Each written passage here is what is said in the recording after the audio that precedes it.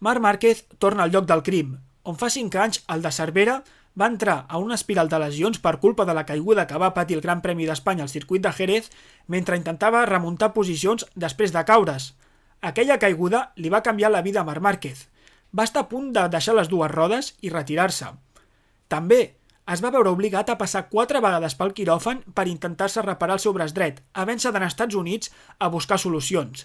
L'any 2023 va dir adeu a l'equip de la seva vida, el Repsol Honda amb qui havia estat tota la seva trajectòria a MotoGP, per anar-se'n a l'equip Gresini, un equip satèl·lit, que per un pilot com la talla de Marc Márquez marxar a un equip satèl·lit era fer un pas enrere.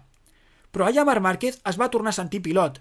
De fet, l'any passat, al Gran Premi d'Espanya al circuit de Jerez, 4 anys després de la caiguda, Marc va acabar segon i va estar a punt de guanyar la cursa. Però aquell any, Marc Márquez va guanyar 3 curses i es va tornar a sentir pilot.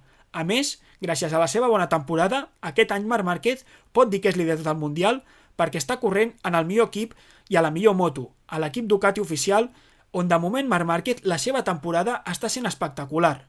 Ha guanyat 7 de les 8 curses, 4 d'elles sprint i les 3 curses llargues, i també ha fet totes les pole positions. Així que Marc Márquez aquest cap de setmana té una oportunitat per acabar amb una història de foscor i d'intentar tornar-se a retrobar amb aquell Marc Márquez que havien viscut abans de l'any 2020, on segurament, si Marc guanya aquí, serà una de les victòries més especials per ell.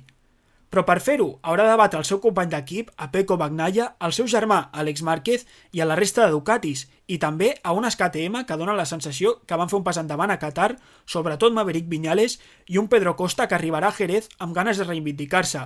I també, per què no, les Yamaha amb Quartararo o les Honda amb Zarco poden estar lluitant pel podi